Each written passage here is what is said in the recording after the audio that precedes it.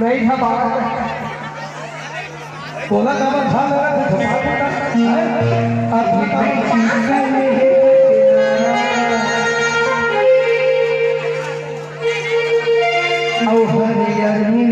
से पूरी अभी बच्ची कली है जचना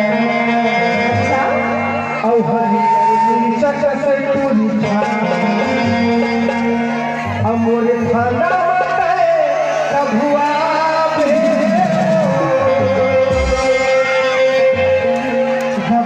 सपना के नाम गावे हो अच्छा के नाम आप भी डांसर है ना अभी बच्ची कली है जचना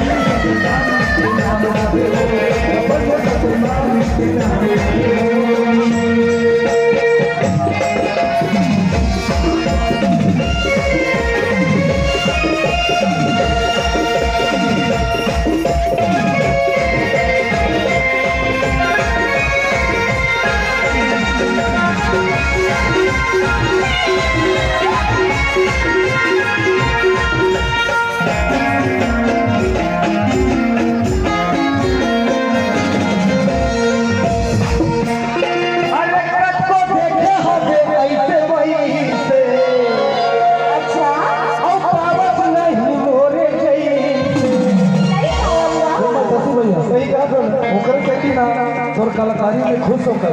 भले लेट करे भाई मगर समय में अपन वादा निभाए के हमारे चंद्रिका प्रसाद सोनवानी जी है 51 रुपये का पुरस्कार आप लोग भेजे बहुत बहुत धन्यवाद आप सब